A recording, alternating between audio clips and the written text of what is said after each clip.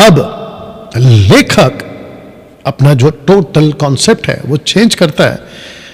हो सकता है कि कुछ दिनों के बाद इसको लिखा होगा। वचन 13 से मैं रखने जा रहा हूं। ये है वचन 13।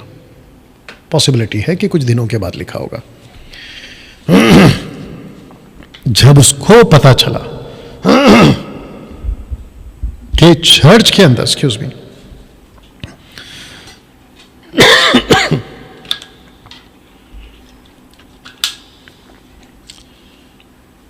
जब उसको पता चला, या इसको ध्यान से सुनिएगा क्योंकि बहुत गजब का बात है ये। Okay, thank you lord. Are you ready for this? Okay, वचन को पहले पढ़ लेंगे। लिखा है, यदि तुम में कोई दुखी है, शब्द को ध्यान दीजिएगा, तो वह प्रार्थना करे, वह प्रार्थना करे। यदि आनंदित है तो वह स्तुति के भजन गाए। वह, इसके लिए मैंने लाल किया इसको। दुखी है तो खुद प्रार्थना करे, आनंदित है तो खुद स्तुति के गीत गाए। वाह, आजकल क्या चल रहा है? आजकल चल ये रहा है कि कुछ पास्टरों को ढूंढ के रखा है, कुछ सेवकों को ढूंढ के रखा है। कहते हैं कि पास्टर जी प्रार्थना कर दो, आज मैं दुखी हूं, जबकि याकूब कहता है खुद प्रार्थना करो। लिखा है वह प्रार्थना करे, आप खुद प्रार्थना करो। यह है पहला कॉन्सेप्ट। माय गुडनेस, धोखा नहीं खाना, धोखा नहीं खाना। मैं आपको बताऊं आजकल क्या चल रहा है। जितने फेसबुक पर हैं ध्यान दीजिएगा, और जो रिकॉर्डेड वीडियो सुन रहे हैं ध्यान दीजिएगा। आजकल 90% मसीहत अपाहिज हो गई है, खुद प्रार्थना नहीं कर रही है। आपका जो रिलेशन परमेश्वर के साथ में मजबूत होता है ना, कब? जब तुम तकलीफ में आते हो तब। ऐसे टाइम पे तुम तीसरे व्यक्ति को लाकर खड़ा कर देते हो खुद के और प्रभु के बीच में। और मैंने सुना है कि बहुत सारे प्रेयर टावर, वक्त एक ऐसा था उसका खोलने का पर्पस यह था कि अविश्वासी वहां आए, अविश्वासी फोन करें, उनको प्रार्थना करें। लेकिन वो वक्त के हिसाब से कॉन्सेप्ट चेंज हो गया। अब सबसे ज्यादा अविश्वासी के बजाय विश्वासी लोग फोन करते प्रेयर टावर में। और जिसने भी प्रेयर टावर की दुकान खोल के रखी है, बंद करो। आपको पता नहीं है कि प्रेयर टावर के नाम पे तुमने पैसे खूब कमा लिए। अब आप जानते हैं कि ये डैनियल राज कौन है। ये ऐसे लोगों के बीच में उठ बैठ चुका है। तुम किसी का भी नाम ले लो, बड़े बड़े सेवकों का, भारत की बात कर रहा हूं मैं, उनके साथ में उठ बैठ चुका और उनका पूरा तमाशा देख चुका हूं, कैसे पैसे कमाते हैं और कैसे लोगों को उल्लू बनाते हैं प्रेयर टावर के नाम पे। या एक बात और बता दूं कि अगर किसी भी फेसबुक, यूट्यूब या फिर सोशल प्लेटफॉर्म पे या फिर आपका लोकल पास्टर घर पर आकर अगर ये कहता है कि आपके बेटे का, बेटी का एग्जाम्स का, बोर्ड एग्जाम, उनके एजुकेशन का, उनके फ्यूचर का, आपके फैमिली का, हम सब के लिए प्रार्थना करेंगे और महीने का या साल भर का आपको इतना पैसा देना होगा, उसके मुंह पे दरवाजा बंद कर देना, उसको कहना गेट आउट। जी हां, वो पेट का सेवक है और पेट के सेवक को पौलुस कहता है, रोमियो 16 अध्याय वचन 17 में कहता है कि ऐसे लोगों से दूर रहो। ये डैनियल राज भी कह रहा है। आपको याद होगा कि मैंने कॉन्सेप्ट बनाया, मसीह मंथन बैठक ने कॉन्सेप्ट बनाया। हम कभी मसीहों के लिए, याद रखो मसीहों के लिए, जिसका उद्धार हो चुका है, जो यीशु को जान चुका है, हम उनके लिए प्रार्थना नहीं करते। हां, अविश्वासियों के लिए जरूर करते हैं। हम उसके लिए प्रार्थना क्यों नहीं करते? क्योंकि उसको खुद अपनी प्रार्थना करनी है। यीशु ने क्या कहा मत्ती 5:6 में? उन्होंने कहा कि तू, व्यक्तिगत है वो, प्लूरल, माफ करना, सिंगुलर, तू अपने घर जा, तू अपना दरवाजा बंद कर, तू अपने पिता से प्रार्थना कर, और तू, जब परमेश्वर पिता तुझे देखेगा, तुझे आशीष देगा। और आजकल क्या चल रहा है साहब, एक एक लोगों ने, एक एक परिवार ने एक एक सेवक को ढूंढ के रखा है और उनको नौकरी पे रखा है। जैसे कोई तकलीफ हो गई सीधा फोन, और वो कहता है कि यस सिस्टर चिंता मत करो, हम तुम्हारे लिए प्रार्थना करेंगे। ए पागल, उनको ये कहना है कि आप खुद प्रार्थना करो। देख लीजिए यहां पे, मैं इसको फिर पढ़ते रहा हूं। लिखा है यदि तुम में कोई दुखी हो तो वो प्रार्थना करे, यदि आनंदित हो तो वह स्तुति के भजन गाए। वह, वचन 14। अब कुछ लोग इस वचन को लेकर और वचन 15 को लेकर इतना गड़बड़ किए हैं और इतना कंफ्यूजन पैदा किए हैं कि मैं क्या बताऊं। कहते हैं यदि तुम में कोई रोगी हो, तो सबसे पहला शब्द को पढ़ते हैं। लिखा है यदि, इफ, यदि। इसको समझो पहला। जिसने प्रार्थना की दुकान खोल के रखी है ना तेल के साथ, उनको अक्ल आनी चाहिए। और ये जितने भी ऐसे सेवकों के झांसे में फंस गए, उनको भी अक्ल आनी चाहिए। लिखा है यदि तुम में कोई रोगी है। मेरा पहला सवाल मेरा पहला सवाल, तुम रोगी हो क्यों रहे हो? तुम रोगी हो क्यों रहे? आगे पढ़, आगे ही है कॉन्टेक्स्ट, चिंता मत करो, जवाब आगे ही है। यदि तुम में कोई रोगी हो तो कलीसिया के प्राचीनों को बुलाए, प्रभु के नाम से उस पर तेल मलकर उसके लिए प्रार्थना करें। और याद होगा ना मैंने क्या कहा था पहले, ये किताब पहली किताब है। इसके बाद पौलुस आते हैं, पतरस आते हैं। पौलुस खास करके क्या सिखाते हैं कि तुम्हारा जो शरीर है वो परमेश्वर का मंदिर है, परमेश्वर का आत्मा तुम में बसता है। जब परमेश्वर का आत्मा आप में बसता है, परमेश्वर का बेटा बेटी बन गए। पहली बात तो ये कि तुम रोगी क्यों हो गए, और अगर रोगी हो भी गए तो खुद प्रार्थना करो। मैंने बीच में भी कहा था, आज फिर कह रहा हूं, यीशु ने कभी तेल का सहारा नहीं लिया, पतरस ने कभी तेल का सहारा नहीं लिया, पौलुस ने कभी तेल का सहारा नहीं लिया। ठीक है डैनियल भाई, हमारा जो लोकल पास्टर है ना, वो तेल का खूब सहारा लेता है। अगर उसको पवित्र आत्मा कहते हैं आपके पास्टर को कि तेल लगा के प्रार्थना करो, तो मुझे कोई दिक्कत नहीं है। तेल लगाओ, प्रार्थना करो। तुम अपना तेल ले जाओ या उसका तेल ले लो, जाओ और प्रार्थना, उसके ऊपर, बॉडी के ऊपर तेल लगा के प्रार्थना करना है। ये है ना, यही तो लिखा है।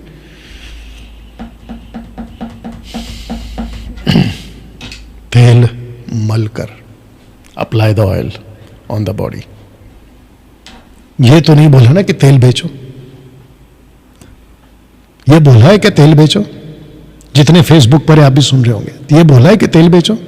नहीं। 200 रुपए की तेल की बोतल बेचो, और आपको कहा है कि जाके तेल की बोतल खरीद के लेकर आओ। क्या पागलपन है ये, और ये क्या मूर्खता चल रही है, खास करके पंजाब के लोगों। बीच में मुंबई के अंदर एक आदमी आता था, नाम नहीं लूंगा, मैं भी था उसके अंदर, और तेल की बोतल बिकती थी 200, 100 में। कहते थे कि जिसके बाल लंबे नहीं हो रहे हैं, अलग एक तेल का बोतल, जिसको मोटा होना है उसके लिए तेल का बोतल अलग, जिसको पतला होना है उसके लिए तेल का बोतल अलग, जिसको काला से गोरा, गोरा से काला, पता नहीं क्या क्या, उसके लिए अलग तेल का बोतल। मैं खुद होता था उनके बीच में, मुंबई की बात कर रहा हूं, महाराष्ट्र मुंबई। तो हम पूछते थे कि सर ये कैसे पता चलेगा कि ये तेल उसके लिए, ये तेल उसके लिए, और ये उसी के लिए काम आएगा? तो पागलपंती की ऐसी हद थी, मूर्खता की ऐसी हद थी। कहते हैं कि प्रभु के दास ने जिसके लंबे बाल नहीं हो रहे उसके लिए अलग प्रार्थना किया है, तो उसके ऊपर लिखकर स्टिकर लगाते थे कि लंबे बाल। फिर किसी को मोटा होना है, किसी को पतला होना है। वाह बेटा। और तभी हमको क्या लगता था, अरे प्रभु का दास है, गलत थोड़ी होगा, अरे प्रभु का सेवक है, गलत थोड़ी होगा। अच्छा, बात समझ में आ रही है? तो मैं वापस कहता हूं, अगर तुम दुखी हो खुद प्रार्थना करो। यहां तक कि अगर बीमार हो, प्रार्थना नहीं कर सकते हो, शादीशुदा हो, अपनी पत्नी को बोलो, अपने बच्चों को बोलो, अपने पति को बोलो। और अगर फिर भी लगता है, मैं उसके खिलाफ नहीं हूं कि पास्टर को मत बोलो, बोल दीजिए पास्टर जी तबीयत ठीक नहीं है, प्रार्थना कर दो। लेकिन अगर पलटकर पास्टर बोले कि मैं तो प्रार्थना करूंगा लेकिन उसका ये फीस है, उसके मुंह पे दरवाजा मारो, बोलो टाटा बाय बाय नमस्ते। ऐसी प्रार्थना हमको नहीं चाहिए। और मैं आपको बताऊं, परमेश्वर को पता है ना, पौलुस ने क्या कहा, मैंने 3 बार प्रार्थना की लेकिन प्रभु ने मेरे प्रार्थना को उत्तर नहीं दिया। यही वजह है कि दूध पीने वाले क्रिश्चियंस मेरे प्रचार को हजम नहीं कर पाते, यही वजह है। Who cares, I don't care तुम क्या पसंद करते हो क्या नहीं करते हो, जो वचन है वो बता रहा हूं। लिखा है, यदि कोई रोगी हो तो कलीसिया के प्रचनों को बुलाए, प्रभु के नाम से तेल मलकर उसके लिए प्रार्थना करे। अभी वचन 15, विश्वास की प्रार्थना के द्वारा रोगी बच जाएगा, प्रभु उसको उठाकर खड़ा करेगा, और यदि उसने पाप भी किए हों तो उनकी भी क्षमा हो जाएगी। अब बताओ कि कॉन्टेक्स्ट क्या चल रहा है यहां पे, बीमारी आ क्यों रही है? पौलुस ने तभी ये लेटर नहीं लिखा था। पहला कुरिन्थियों 11 अध्याय वचन 37, 38, 39 नहीं लिखा था उसने कि प्रभु भोज को अनुचित रीति से खाने से तुम रोगी हो सकते हो। तो तुम पाप करते जाओगे, रोगी होते जाओगे, और कलीसिया का पादरी तेल का बोतल लेकर घूमता रहेगा तुम्हारे घर पे। क्या लॉजिक है? सोच के देखिए आप। तो जिसके चलते लिखा है कि अगर उसने पाप भी किया है तो रोगी बच जाएगा ना। दोस्तों, इसको लिखते लिखते कहते कहते वचन 16, जिसको प्रॉस्पेरिटी मिरेकल्स टाइप के जितने पास्टर्स हैं बहुत मिसअंडरस्टूड करके चर्च को सिखाना शुरू कर दिया, वचन 16 मैं रखने जा रहा हूं। लिखा है, इसलिए तुम आपस में एक दूसरे के सामने अपने अपने पापों को मान लो, एक दूसरे के लिए प्रार्थना करो जिससे चंगे हो जाओ। धर्मी जन की प्रार्थना के प्रभाव से बहुत कुछ हो सकता है। अब यहां पे वचन 14, वचन 15, वचन 16 का आपस में मिश्रण है, मतलब एक माला के ये सब मोती है, ऐसे बोल सकते आप। मुझे ताज्जुब है, फेसबुक वालों ध्यान से सुनना आप भी, वचन 19 को 16 को पढ़ने जा रहा हूं। कहता है आपस में एक दूसरे के सामने अपने अपने पापों को मान लो।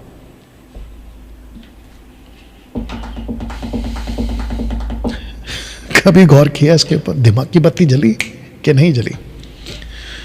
कहता है कि आपस में एक दूसरे के सामने अपने अपने पापों को मान लो। वाह, ये तो कैथलिक वाला कॉन्सेप्ट है ना।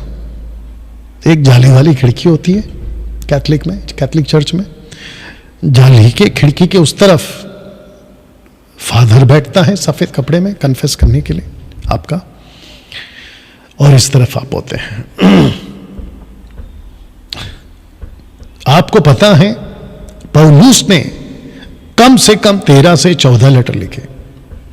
उसने कभी नहीं कहा कि अपने पापों को मान लो। पत्रस ने कभी नहीं कहा कि अपने पापों को एक दूसरे के सामने मान लो। बल्कि यूहन्ना क्या लिखता है, मैं आपके लिए पढ़ दे रहा हूं अगर मैं गलत नहीं हूं। हाँ, पहला यूहन्ना की किताब, फर्स्ट लेटर ऑफ जॉन, पहला यूहन्ना की किताब 2 अध्याय वचन 1 से पढ़ दे रहा हूं।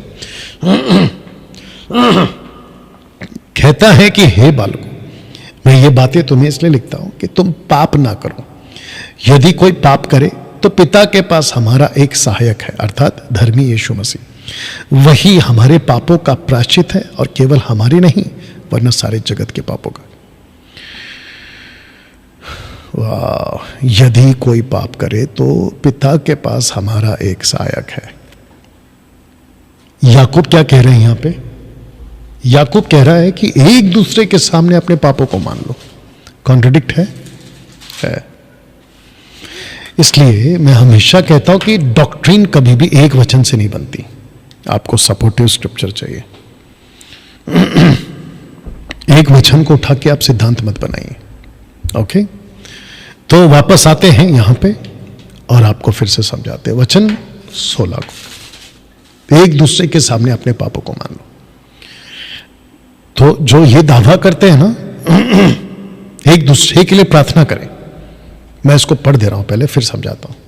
ये आपके लिए पूरा रख दिया हूं जो स्क्रीन के ऊपर देखना चाह रहे हैं। लिखा है, इसीलिए तुम आपस में एक दूसरे के सामने अपने अपने पापों को मान लो, एक दूसरे के लिए प्रार्थना करो, जिससे तुम चंगे और हो जाओ। धर्मी जन की प्रार्थना के प्रभाव से बहुत कुछ हो सकता है। तो जो कुछ पास्टर्स हैं कहते हैं कि देखो जी, हम तो एक दूसरे के लिए प्रार्थना करेंगे। बोला कैसे? याकूब ने लिखा है 5:16 में, ठीक है ना। तो याकूब ने पहले क्या बोला? एक दूसरे के सामने अपने पापों को मानो, एक दूसरे के सामने अपने अपने पापों को मानो।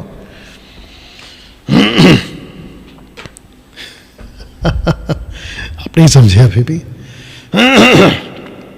मैं आपको बताता हूं, जो प्रार्थना कर रहा है उसने अपने पाप पूरे दिन भर में, हफ्ते भर में सामने वाले को बोलना है, और सामने वाला जो प्रार्थना करवा रहा है उसने इसको अपने पाप बताने हैं कि आज मैंने झूठ बोला, लालच किया, ये किया, वो किया, अल्हना किया, फलाना किया। ये करते हो? I don't think so. मैं आपको बताऊं, अगर ऐसा कोई पास्टर या जो प्रार्थना करता है या सोशल प्लेटफॉर्म पे या ऑनलाइन में, अगर कोई पास्टर पब्लिकली कहे आज मैंने ये पाप किया, इसके पहले कि मैं सबके लिए प्रार्थना करूं, आज मैंने ये पाप किया, ऐसा बोलने की अगर उसने हिम्मत कर दी, मुझे प्लीज बताओ उसके पास कौन प्रार्थना करवाएगा?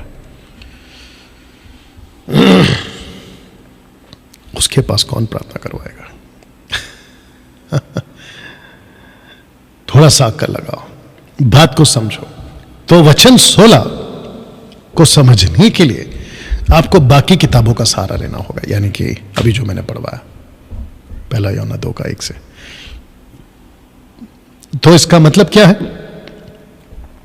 याकूब ने क्यों लिखा, उसके पीछे उसकी मकसद क्या थी, वो बोलना क्या चाह रहा है। लेकिन अगर इसको नहीं समझ रहे, ये वाली लाइन को, तो जो पहले से बोलते आ रहे हैं, वचन 13, यदि तुम्हें कोई दुखी हो वह प्रार्थना करे, वह प्रार्थना करे। तो आप खुद प्रार्थना करो ना, आप खुद प्रार्थना करो। नहीं समझ में आ रहा तो लिखते लिखते, बोलते बोलते वचन 17 आ गया। कहते हैं, इसीलिए ध्यान दीजिएगा, लिखा एलिया भी तो हमारे समान दुख सुख भोगी मनुष्य था, उसने गिड़गिड़ाकर प्रार्थना की, मैं ना बरसे। 3.5 वर्ष तक मैं ना बरसा। वचन 18, फिर उसने प्रार्थना की तो आकाश से वर्षा हुई और भूमि फलवंत हुई। ये देख लीजिए, भूमि फलवंत हुई। एलिया को कहता है कि वो तो हमारे जैसा था, वो प्रार्थना कर सकता है, तो हम क्यों नहीं कर सकते? आपकी गलत फहमी निकाल देता हूं, जितने यूट्यूब पर, फेसबुक पर, इंस्टाग्राम पर आपकी गलत फहमी निकाल देता हूं। आपको लगता होगा कि बिशप है, अपोस्तल है, प्रॉफिट है, पापा है, डैडी है, तो उसके पास ज्यादा अभिषेक होगा। बकवास, ऐसा कुछ नहीं है। उसका नाम कुछ भी हो, टाइटल कुछ भी हो, लेकिन जिसके प्रार्थना में यीशु का नाम जुड़ जाता है ना, वो प्रार्थना पावरफुल है। वचन 19 लिखा है कि हे मेरे भाइयों, यदि तुम में से कोई सत्य के मार्ग से भटक जाए, कोई उसको फेर लाए, तो